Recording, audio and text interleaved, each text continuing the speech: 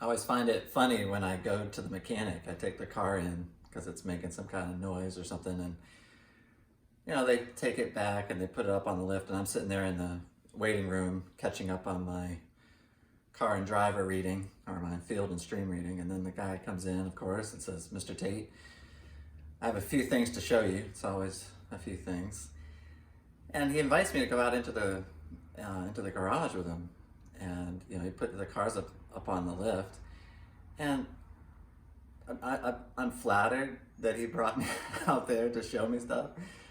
But I really don't. He can say almost anything to me, and oftentimes, he does. I mean, I don't really know a whole lot.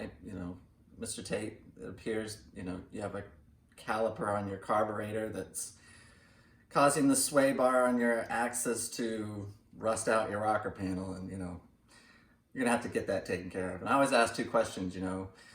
How dangerous is it, and how much is it going to cost? So anyway, that's typically how it goes. And of course I say, absolutely, yeah, I see exactly what you're talking about. Boy, that's terrible. Yeah, go ahead, take care of that. But the thought occurs to me, I sometimes perhaps am guilty of doing similar things. If that mechanic came to see me in my office and I put his heart and mind up on the lift, it's possible that I might say something to him like, "Sir, I'm sorry to tell you, you've got a predestination problem going on here.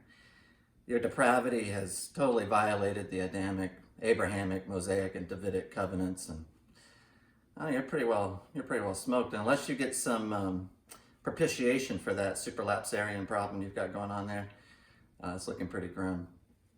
And he'd probably say, "Well, what in the world is that talking about?" So I know that it's possible sometimes for us as believers, when we're sharing the gospel, to not use plain language and not to speak to people plainly. And I think it's really important, as the specter of death is in our country and people are maybe perhaps thinking of things that might lead the conversations more easily toward things of eternity and salvation and heart and mind and life and death, that we take great pains to speak plainly to people when we're sharing with them the need they have for the Lord and the love the Lord has for them. This is near the end of Solomon's writing in the book of Ecclesiastes. Listen to what he has to say here, or what the writer is saying about Solomon. It says, "Beside being wise, the preacher also taught the people knowledge, weighing and studying and arranging many proverbs with great care. The preacher sought to find words of delight, and uprightly he wrote words of truth. The words of the wise are like goads, and like nails firmly fixed are the collected sayings. They are given by one shepherd. My son, beware of anything beyond these. Of making many books there is no end, and much study is a weariness of the flesh." I love it. I've traveled in the Middle East, and you can see these ancient cathedrals that are there. And in the Middle Ages, very few people knew how to read. Literacy rates were really, really low.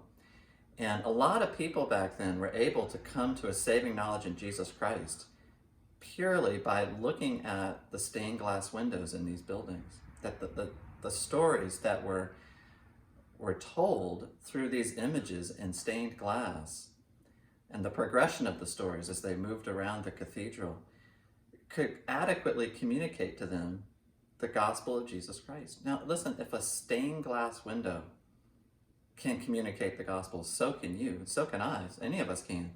It's not complicated, it's not difficult. Obviously, I don't want to dumb it all down either. I mean, there's plenty of stuff here that we should be studying and wrestling over, and the longer you're in the faith, you're gonna get deeper into it.